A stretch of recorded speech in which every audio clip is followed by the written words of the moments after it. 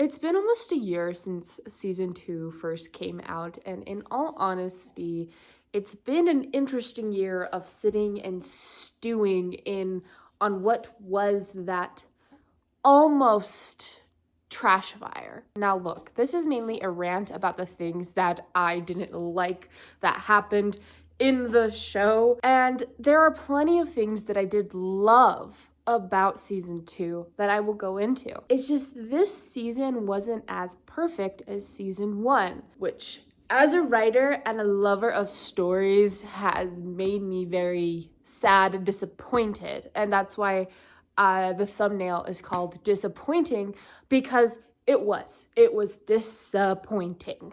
Okay, so the biggest thing that I did not like about season 2 was really Vi and Caitlyn, which I've made a whole video about, and I'll put the link up on the screen right here somewhere. And I just did not like how they were abusive. Also, that's your portrayal of a gay relationship in your super progressive show. What the flip? You know, I wish they weren't abusive. I wish they developed their relationship way more than they did.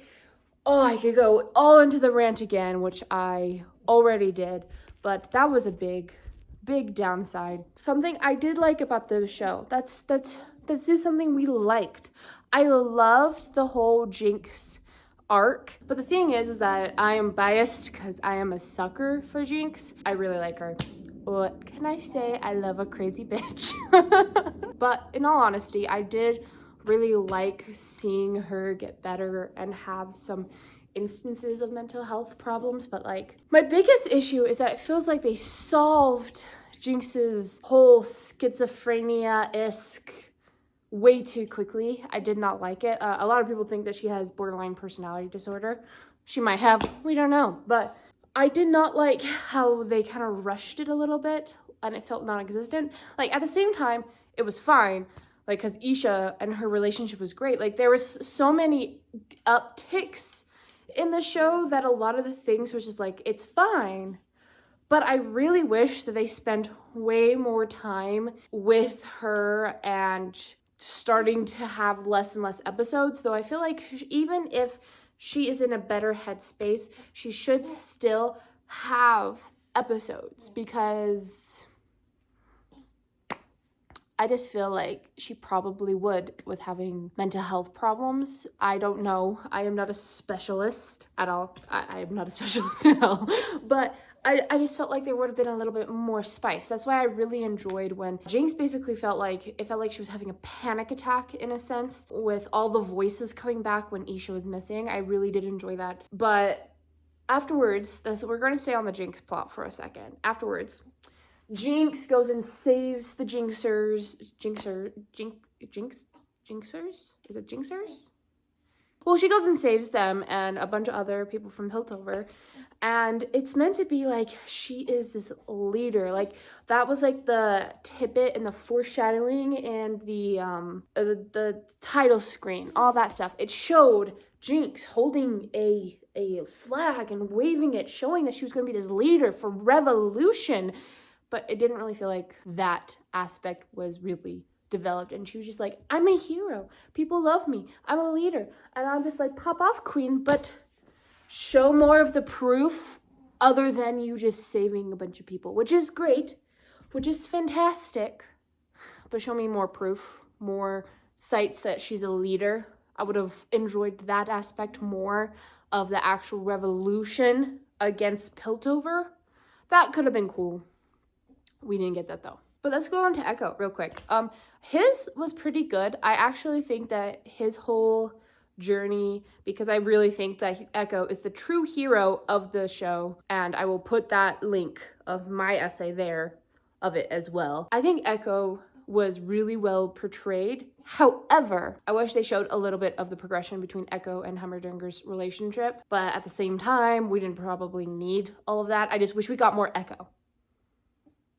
I don't know about anyone else. I'm an Ekko and Jinx fan, and so I really wanted to see them, but it's okay. I just thought we were going to see more of Ekko, even though we did see, like, he had a whole episode almost dedicated to him and Jayce having a mental breakdown, but I just wish we got a little bit more of him. Speaking of getting more of him, what happened to Ekko and Jinx's freaking hour-long reuniting and connecting and all that shit that the shippers of us, Ekko and Jinx, us shippers, I'm losing my mind. Sorry, this is something I was really, really mad about when I found out there was an hour-long clip of it, because,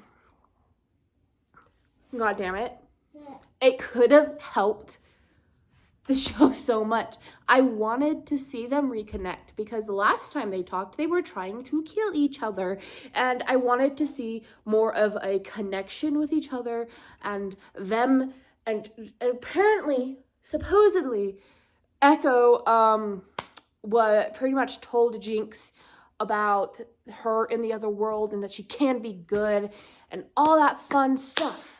But where is it? I want it. As a Timebomb shipper, I want it. And then also as a storyteller, I want it. I am just really frustrated because Ekko and Jinx could have been a really cute love story that was bound to fail in a sense because, you know, Jinx, kaboom. Or maybe. The conspiracy is still out there. But it could have been so sweet, and I really wanted to see them connect with each other because they haven't really been friends since they were like 9. I want to see them as friends again, and they totally botched that, and I'm very upset about it. Anyway, I'm upset about many other things. Powder and Ekko were cute. I did really enjoy that. But the thing is that no matter how much I thought Powder and Ekko were cute, that is not that Ekko's Powder. That is not the Powder I want Ekko to connect with. I want Ekko to connect and have videos of them besides the ones where they're trying to kill each other. I want their progression of their relationship, and we didn't get that. Yippee for us, I suppose. Now let's backtrack back to Caitlyn and Vi. Mainly on Caitlyn. Vi's story was not too bad. I don't really know. I have a hard time understanding Vi, and that is something that I'm probably going to make a video about, of me actually rewatching and I'm trying to see the whole story through her perspective. And I am not a Vi is the enemy at all. I honestly think Vi is the victim majority of the time, and she is treated like garbage by everyone, including the person who's meant to love her, Caitlyn. Hitting your girlfriend in the stomach, abuse. Also shooting her hand, abuse. Anyways, I'm backtracking. Vi's was fine. They could have done the enforcer bit way better, because me, as someone who had brothers growing up who played League, and then my husband plays League, I knew that Caitlyn was an enforcer. That was something I just always knew. And so I knew that they were going to implement that into the story, and I was really curious how they were going to do that. And they didn't do it really well. If I'm being perfectly honest, it should have had a way more emotional, like, it had emotional weight to it, but not as much as should have, you know, like, we should have felt more gut-wrenched that, oh my god, I can't believe she's doing it. And it had to be a better reason than just being like, my girlfriend's hot and I don't want her to die. I mean, like, it's an okay reason. I guess the other reason was because the whole them coming and shooting up the place, and Vi's like, okay, I'll finally help my girlfriend. Also, Caitlyn's audacity to ask Vi to be an enforcer when Caitlyn has been told by Vi that her parents were offed by enforcers. Crazy. But at the same time, she's grieving. And I will have a whole video about Caitlyn shortly, because wasted potential there. But we're not going to get too deep into that in this video. Another thing, Caitlyn's whole storyline of becoming a dictator and then regretting it. Why did that feel like a blink of the eye? Like she became a dictator and then immediately started regretting it. Or immediately started being like, oh no, though my ways, they're not actually good. That's what it felt like. It felt like a flick of the snap of the fingers and oh no, she's feeling guilty. I was expecting Macbeth. It would have been cool if there was a scene where she's like washing her hands because she actually thinks there's like blood on them because she's hurting the Undercity.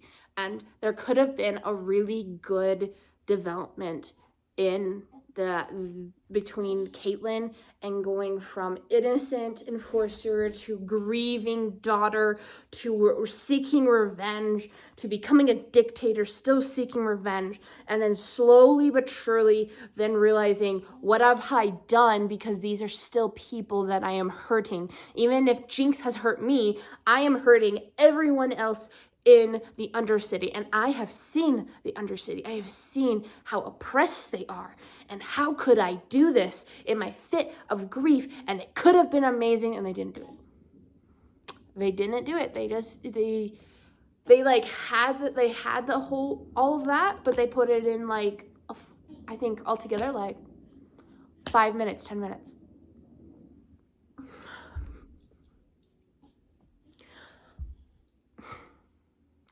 It's frustrating. It is frustrating. Okay, and I really think at the end of the day, and I haven't gone into every single person. I mean, like, I actually liked Jayce's whole progression. I thought that was bomb.com. He went from pretty boy that I was like, no, to like traumatized man. And I don't know what it is about traumatized men.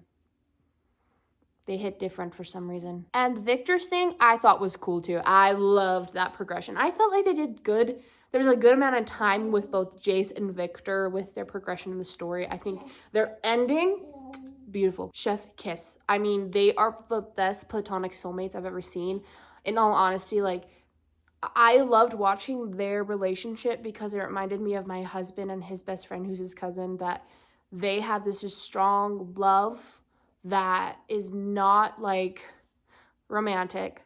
And I know everyone's going to be mad at me from that comment, but it's just this brotherly love that's unconditional. And you can get angry with them, but then you can come back and try to forgive each other. And I just loved their whole relationship. I loved both of their progressions really well. I think Ambessa could have had a little bit more something here and there, but I think it was decent, like, for this season. I thought that she was a pretty interesting villain. I thought the scene between Caitlyn and her fighting together, chef's kiss, loved it.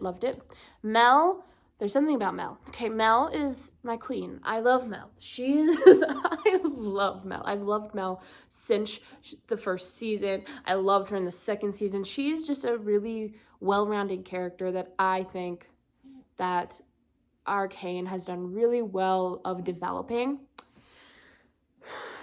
However, the Black Rose subplot rushed, and I think only people who knew more lore about League of Legends really kind of more appreciated that timeline. And I only knew about it because I had to ask my husband about it because he knew some of the lore. And I thought it was cool as someone who like asked my husband who's played League and knows a bunch of lore of the characters. And so I was like, oh, cool. But people who didn't, I'm like, you're leaving a lot of Arcane people in the dark about the whole Black Rose stuff. And then also the progression of Mel learning her magic felt so fast. The pacing was not great.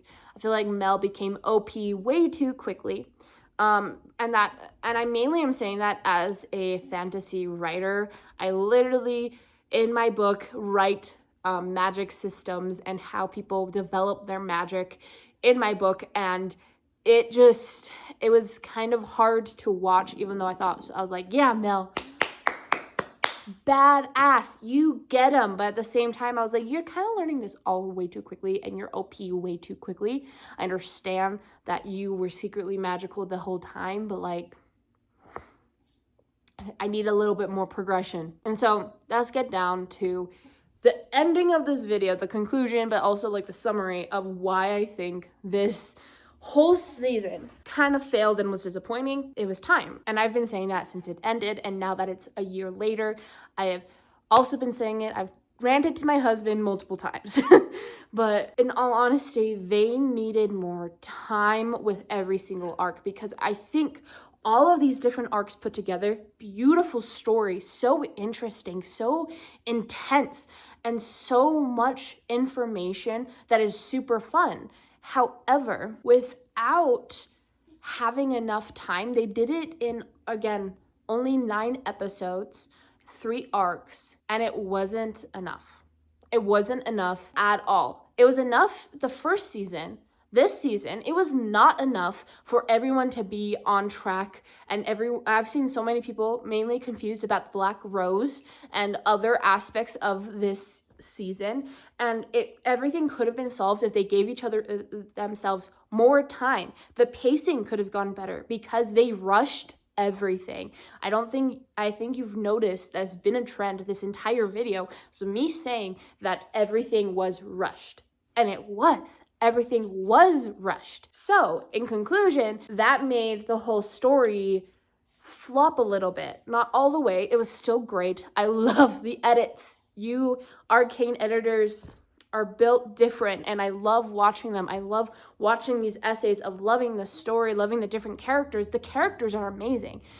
However, Netflix, the producers, I don't know who called it, making this only a 9-episode season or cutting it short, diabolical of you.